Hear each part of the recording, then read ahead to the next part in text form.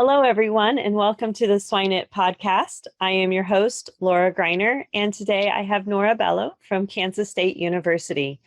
Nora, how are you today? Hi, how are you, Laura? It's a pleasure to be here. Thank you for the invitation. Yes, it's a pleasure to have you on today, Nora. Our audience may not be familiar with you, so would you mind giving us a brief introduction about who you are and what you currently do? Sure. Well, I'm currently a professor in the Department of Statistics at Kansas State University, like you mentioned. I have a rather unusual background for a statistician, though. I'm actually a veterinarian by training and an animal scientist, and I have worked transdisciplinary most of my professional life, looking at development of methodology and implementation of statistical methodology in the context of agriculture and biology, and sometimes even the biomedical sciences. Okay, great.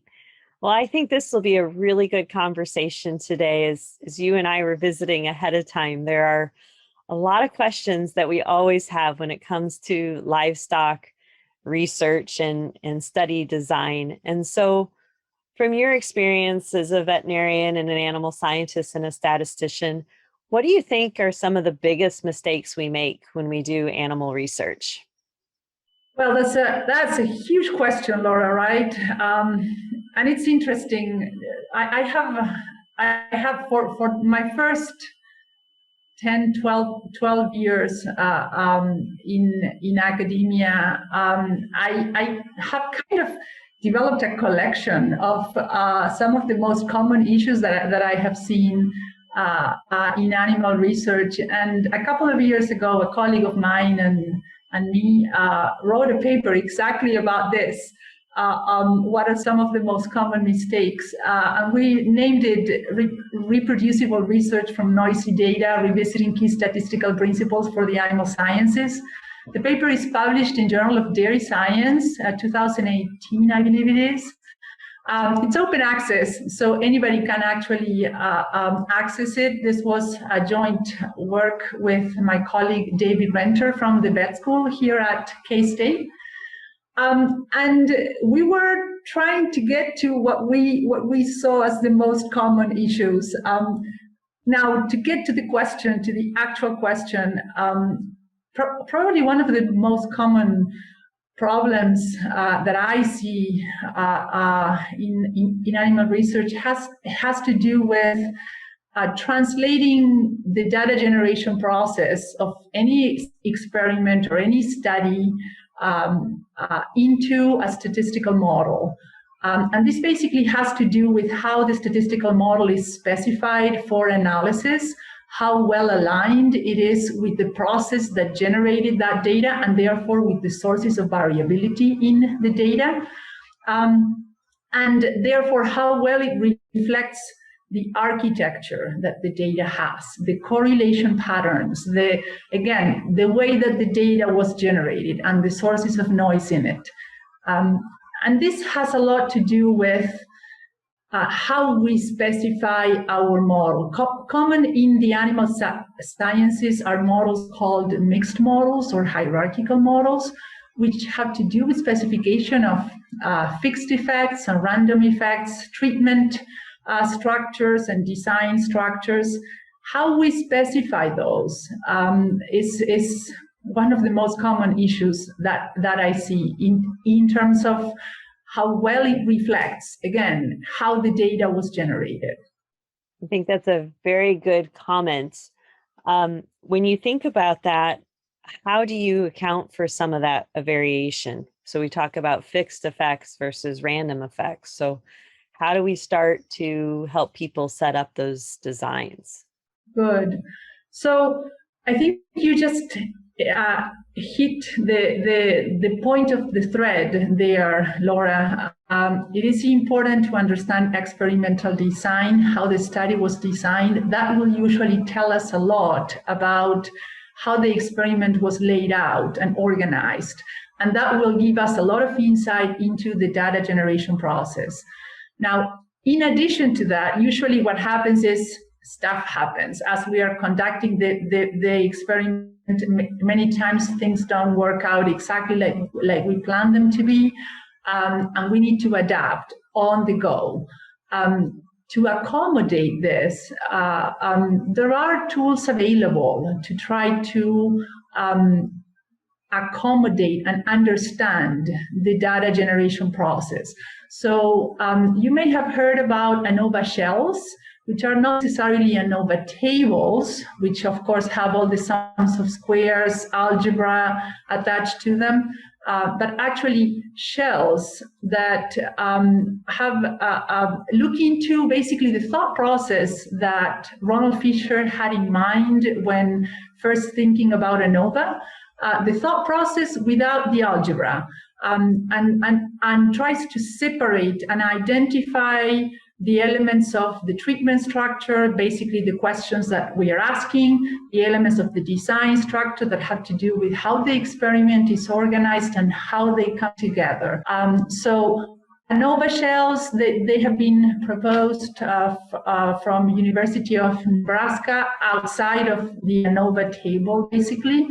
And they're sometimes called what would Fishers do tables, trying to make reference to the thought process as opposed to the mechanics of ANOVA tables.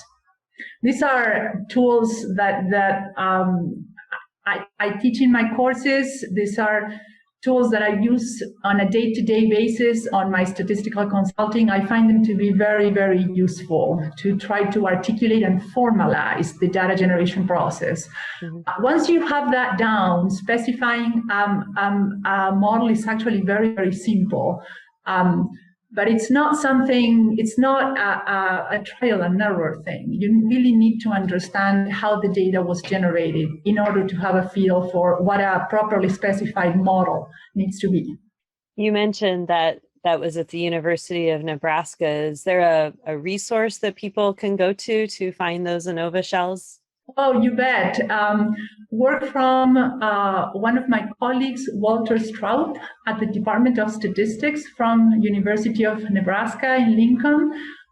He's put forth this thought process very nicely. There are a few papers that illustrate how to implement them.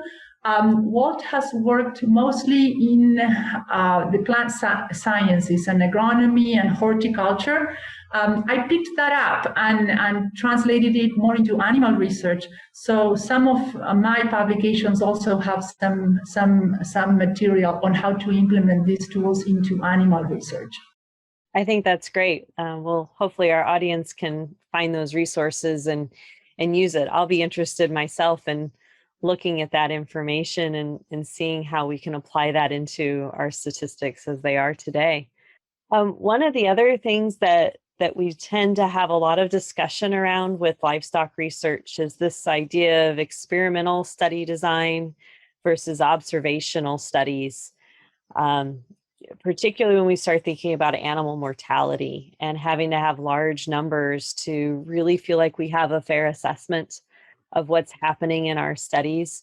And so a lot of people want to do the observational side of that because they can get the replication quickly without maybe having as strict a controls as we would set in an experimental study. So what do you feel are the pros and cons to doing either more of the controlled experiment versus the more observational type of study? Good. That's a great question, Laura. If we're going to look at designed experiments as opposed to observational study, it's important to understand what's at the core of the difference between these two very different types of studies. And what's at the core of this difference is the process of randomization, which is a formal mechanism of chance. It's not haphazard. It's not whatever. It's not whatever comes out. It's actually a formal process of chance that has to do with balancing out any systematic effects that might be lurking in pieces of the data that we may or may not be aware of. And this is particularly for effects that we are not aware of, right? Subsets of animals that might end up in one treatment, but it may be that what they have in common is not just that treatment, but something else lurking below the surface. By doing a formal process of randomization, we can actually balance out on average and kind of have a greater chance of spreading that lurking whatever might be that's affecting our outcome across multiple treatments. The idea being that we avoid confounding effects. We avoid making a conclusion on a treatment when really what's driving whatever difference we're seeing is not the treatment itself, but something else that was common to the animals to start with. A process of randomization gets us out of that confounding, at least on average. So all of this works in a probabilistic framework. So on any particular realization, you're not guaranteed for that to happen. But certainly on average, in the long range, that is what you're shooting for, averaging out any systematic effects, so that you can then conclude on an effect of treatment in a designed experiment. This is in contrast, of course, with observational studies, which where we don't have a chance to randomize, or we cannot randomize either for ethical reasons, for operational reasons. Randomization is just not an option. And in those cases, we need to realize that whatever association we're looking at could be mixed up with something else that's underlying, that's confounding, basically. So this poses an important difference then between observational studies and randomized studies or experimental studies that have to do with how we word conclusions. So you are correct that many times it's easier to get a larger sample size, not necessarily replication, but a larger sample size with observational studies, because it's operational data, right? It's data that are collecting regardless to make decisions on a daily basis. So the data is there. Why not use it? Of course, there's a lot of value in that data. It's important to realize, though, that it's not randomized data. And what this means is that we need to be aware that what we're looking at in that data is at most associations, relationships, without an understanding of directionality. We can't really assess cause and effect because of the potential of confounded effects, okay? And because of that, our conclusions have to be worded in this non-directional manner. We have a relationship between A and B. We have an association between A and B. That doesn't necessarily mean that A causes B. There could be other mechanisms that can explain that association. So it becomes kind of a stepping stone in research. There's a lot of value, like I mentioned, in operational data set in terms of trying to understand what might be the relevant players. But if we are to conclude on cause and effect, impact of this on that, effect of C on D, the process of randomization is really the gold standard. I will mention, though, there is a new area in statistics called causal inference that is looking at, in certain scenarios, under certain circumstances, look at correlation patterns that can only be explained by one set of causal mechanisms. So there are some conditions, some cases under which we can make some level of causal inference from observational data set. That is a much more sophisticated type of approach. It does have its own assumptions, which is important to realize. None of this is foolproof, but there is a middle ground here. There is some extra information that can be extracted from observational data, and that is very much an area of active research. I think that's a very interesting conversation. And one of the questions that I tend to get a lot is, okay, we're going to do a field study. We know it's observational. We know we can't do a full experimental study, but let's just add a lot of barns to the study. So if we're doing swine research, we have multiple pig barns, and we'll just keep adding barns, and then that observational study should eventually equate to a experimental study in terms of the output.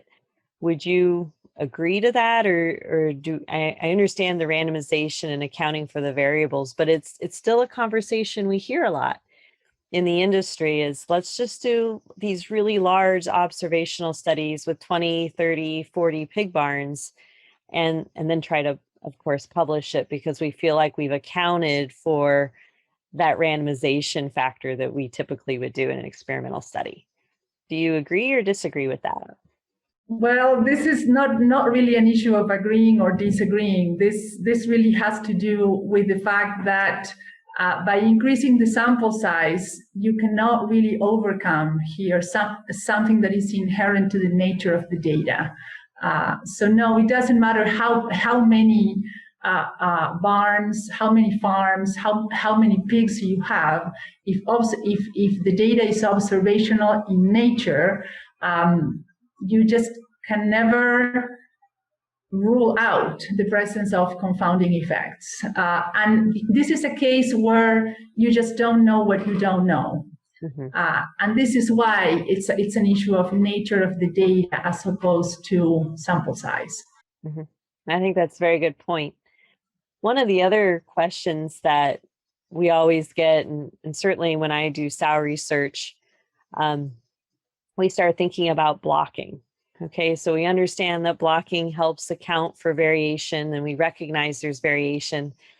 And so when we start blocking, particularly in sow research, we first talk about parity, and then we start talking about maybe body condition, and then we maybe start talking about some other factor. And so you start to overlay lots of different blocks, which becomes extremely complicated and almost to the point that it feels unnecessary, but yet in your mind, you're thinking about controlling the variation and trying to help the data. So when we think about blocking, what are your thoughts about blocking in livestock trials? Well, I realize that this is a controversial topic at the moment. I have got my fair share of questions. So I think there are bits and pieces to this problem. It's really hard to generalize. So blocking is a strategy to control noise. Okay, so starting from that angle, blocking is extremely effective when there is noise that can be explained by the blocking factor. Okay, so, and the standard has to do with the amount of variability that happens between blocks versus the amount of variability that happens within blocks, right? What can we expect in terms of variation between blocks of animals versus within? If the variability is greater between blocks of animals than within, so if animals are more similar to each other within a block than between blocks, then blocking is probably a very good strategy for controlling noise. Now, this is very different, though, from the idea of blocking by convenience. So many times in experiments, people block because this is how the experiment is organized. This is how animals are organized in pens. This is how we function. So this is why we block.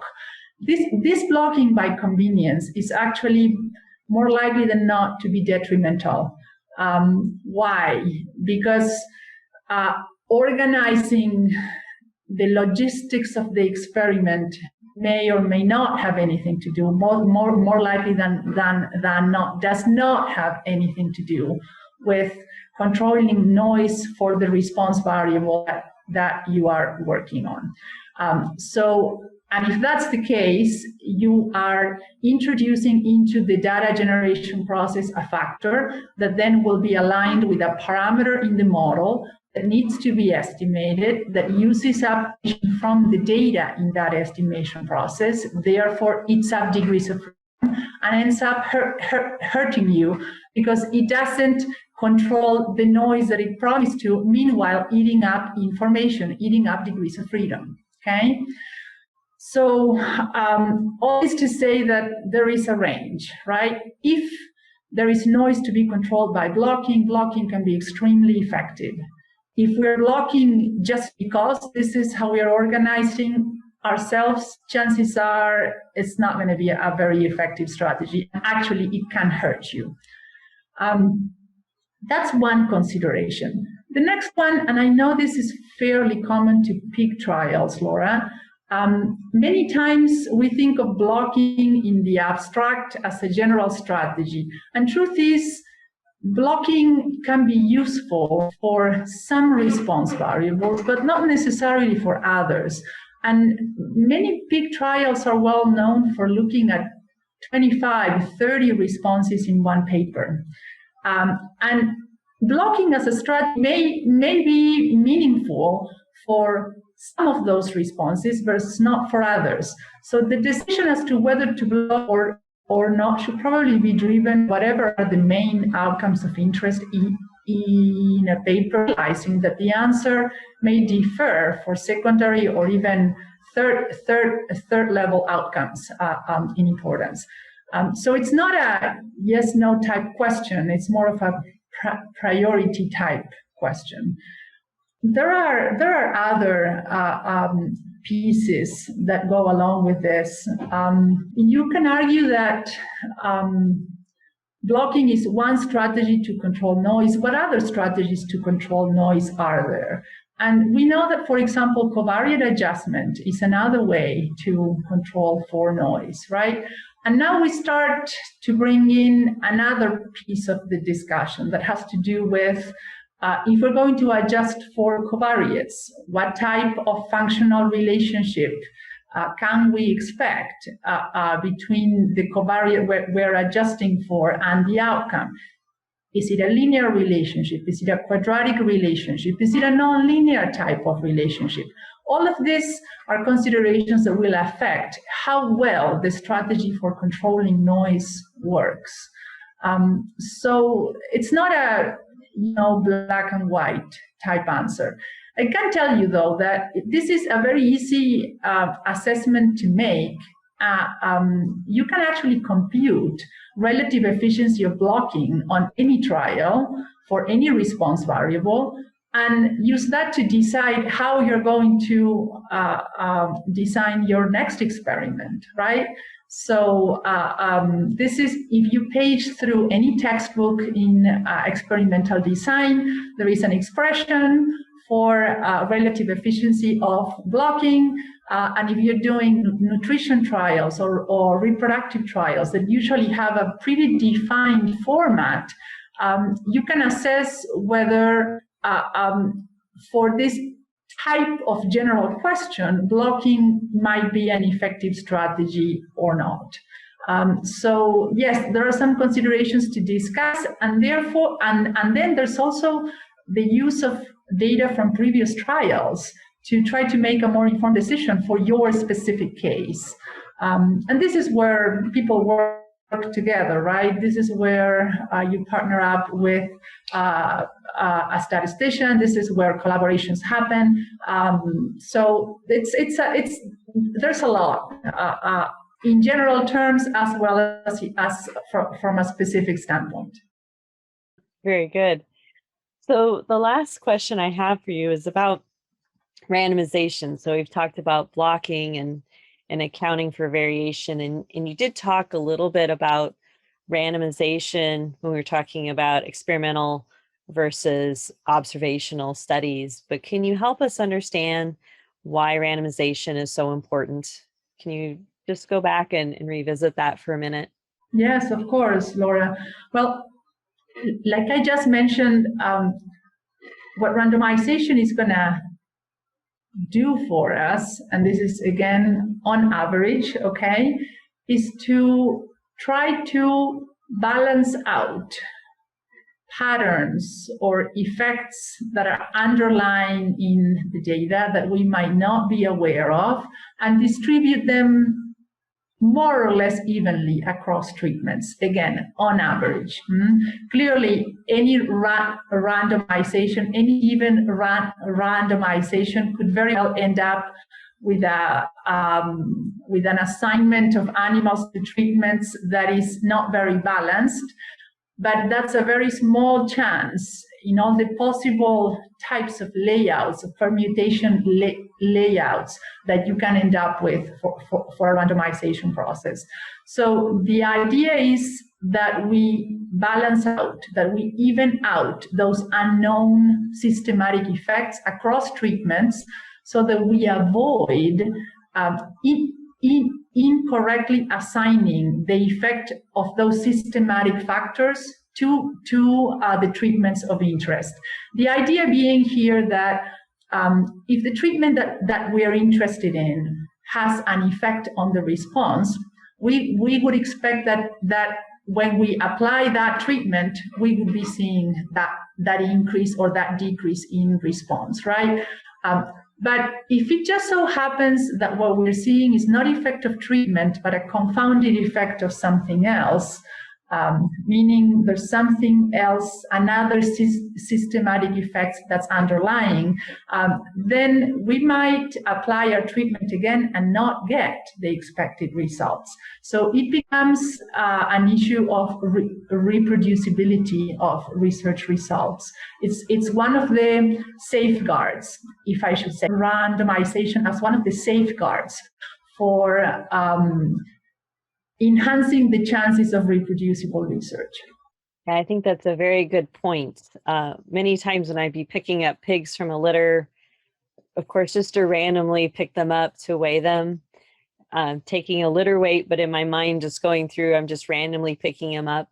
I noticed that even inherently, when I'm trying to make a very conscious process of randomizing and picking up, I still don't do it, right? It's human nature that we find patterns and so forth. So when we think about people who are in a barn trying to do a randomization, are there any easy tools that they can use? Like, for example, I was always taught flip a coin or go to a phone book and read the numbers off the phone book. Do you have any suggestions like that that maybe our audience could use to help prevent that inherent nature of not being random? You bet, yes. So you laugh at this, but it's fairly common to print out just a list of random numbers. Go to Excel and print a list of random numbers. And when I mean random, again, I don't mean whatever. I don't mean haphazard. What I mean is chance. Okay, let chance work.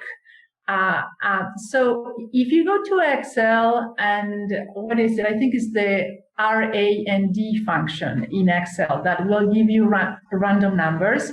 You can print a whole list of them and have them handy as one of the sheets that you take with you to the barn. And there are different ways, depending on what you're trying to assign, right? Depending on how many treatments and what the experiment consists of, you can actually use that list of random numbers to be formally random, to do a randomization on the field, on your feet, in a formal manner. That's one. Another one that I liked to do, and I did this a lot when I was a graduate student and I was assigning my cows to treatments. I would come back from the barn and I would, this was before going to the barn, where I would get a list of the cows that would enter study that week. And I would just cut pieces of paper with the names of the cows, and I would go around my office mates and have them pull out pieces of paper. Okay, the first one goes to the first treatment, the second one to the second treatment, and you go around assigning treatments at random in that way. Of course, again, there are considerations for blocking if you have multiple treatment factors. So there are all sorts of added on pieces to consider, but those work just as fine as flipping a coin, and they can be handy even for pretty complex designs, particularly the list of random numbers that you can again generate in Excel. I think that's great. Yeah, I used a paper cup and pieces of paper a lot in the barns because that's all I had. I didn't have money with me in the swine barn, so it works, right? Well, I do think those are great pieces of information for our audience today, Nora. And as we kind of wrap up, as we normally do in our podcast, Marcio always likes to have a few questions that all of our speakers get to answer. And the first question that he asks is, what is your favorite swine resource book? Oh, swine resource book. You got to remember, I am not a swine person, so I cannot talk about swine research. I can tell you what are some of my favorite statistics books, applied statistics books. That would be great. I think our audience would be equally interested at this point, so yes. Well, there are a bunch, really. There are some really, really insightful textbooks and thought-provoking books. So on the textbook side, gosh, there are a bunch on mixed models that have come out in recent years. Some from SAS, some from, again, my colleague Walt Straub, looking at GLMMs, generalized linear mixed models. Also, the NCCC 170 Research Advances in Agricultural Statistics has some books on mixed models, modern mixed models for the agricultural sciences. And then it's maybe because I am teaching a Bayesian course this semester, but I've been kind of catching up on some of the resources available for Bayesian courses.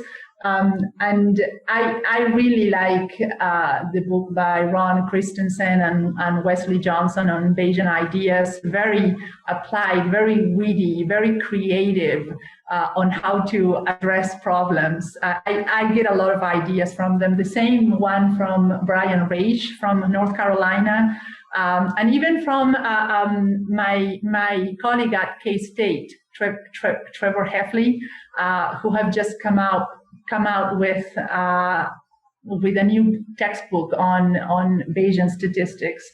So gosh, there's a lot. And of course then ideas that make you think, kind of lay books that are heavy on the quantitative questions. They don't have a single formula to them, but they certainly present ideas in quantitative terms.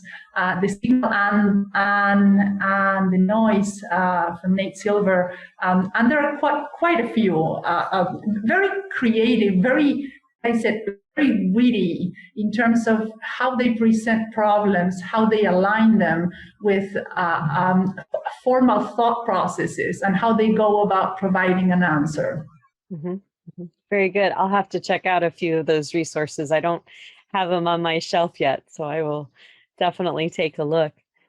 When you think about other books that are not swine related or statistics related, are there any books that you would recommend to the audience that you really enjoy? I read many different things, and I wouldn't presume my interests to be shared by many others. I personally like to learn history about the places where I live and the places where I travel. I live in Kansas, and it's actually Manhattan, Kansas, where I'm at, is on the crossroads of some of the major trails to the west during the 1800s.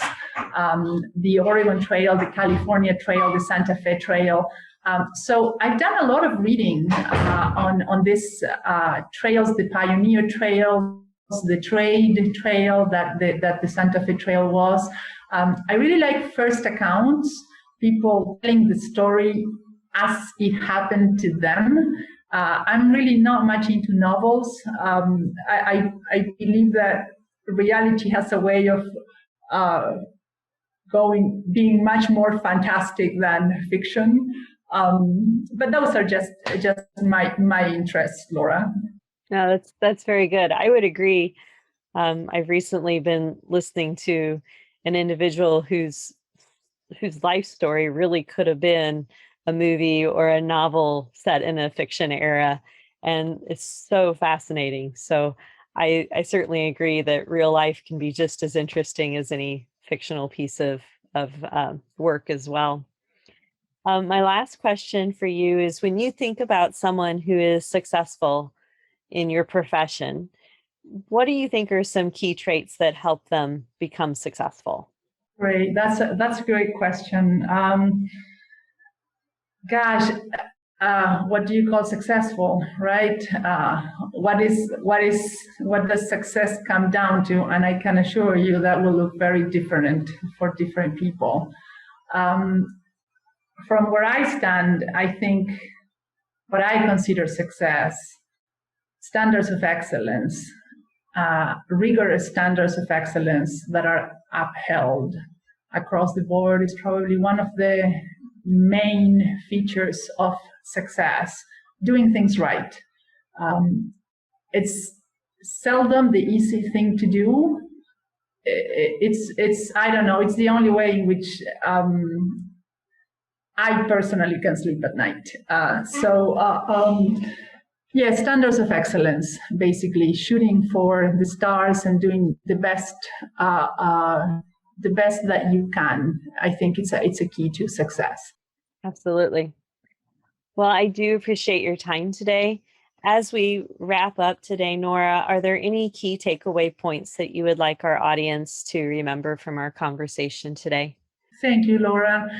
I realize that the audience that you have is pretty diverse. So what I'm going to say may or may not resonate with the full audience. But as a researcher, as a statistical consultant, as an academic that hopefully has feet on the ground as a veterinarian and an animal scientist, I do think that the more complex the questions that we are faced with as we move forward, right? The more complex the challenges about food supply and about climate change and about efficient use of resources. There's a common thread behind all of this that has to do with achieving optimums, with subtleties. Things are not black and white. There is a lot of middle ground, there are a lot of gray areas. And I think that the only way to tease those out is on a quantitative foundation. So quantitative literacy, whichever way conceive it to be, I think it's absolutely critical to many of the questions that we are asking, to much of the work that we do. And quantitative literacy doesn't really stop on the courses taken during college or taken during graduate school. There is a need to keep up. Statistics as a discipline is as vibrant and as active as any other discipline in the world. So things have changed a lot, even in the past 10 years since I left grad school. So it is important to keep up. It is important to learn about new tools, new frameworks, new way of thinking about problems, new ways of framing them, new algorithms, new mechanisms. And I realize that this may be way out of the comfort zone of many people, and this is exactly what brings us together in a collaborative way. This is why interdisciplinary science is, I personally believe, the only way to go moving forward, so that everybody can bring their expertise to the table. I believe this piece about quantitative literacy, even either acquired or collaborated with, that comes in is going to be a critical piece of how we do science moving forward. So I would encourage those that have access to updates to take them, and those that do not, seek out the experts in the field, because they are out there and very willing to help. I think that's a wonderful take-home message, the lifelong learning message, and staying active in our discipline and continuing to reach out and expand our knowledge is a perfect takeaway message from today. So again, to our audience, this is Nora Bello from Kansas State University in the Statistics Department. And again, Nora, we do thank you for your time today. We wish you all the best. Please take care. Thank you, Laura. It's been a pleasure.